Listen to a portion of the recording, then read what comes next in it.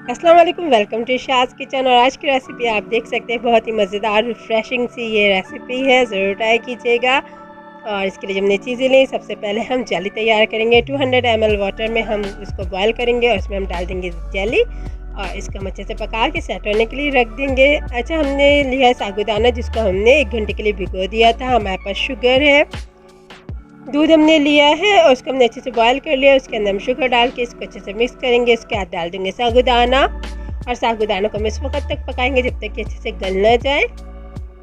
फिर हम डाल देंगे कॉर्नफ्लोर पानी में हिल करके, थोड़ी सी इसकी कंसिस्टेंसी जो है वो थिक हो जाए। और हम डालें वनीला एसेंस।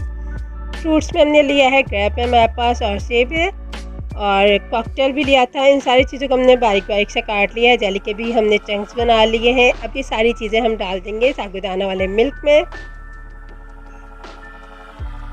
अच्छे से मिक्स करेंगे और हम इसको फ्रिज में रख देंगे चिल होने के लिए। और मज़ेदार से साबूदाना डेजर्ट आप देख सकते हैं कितना मज़ेदार लग रहा है, ज़रूर ट्राई कीजिएगा। चलो मिलते हैं अगली वीडियो में, तब तक के लिए अल्लाह हाफिज़।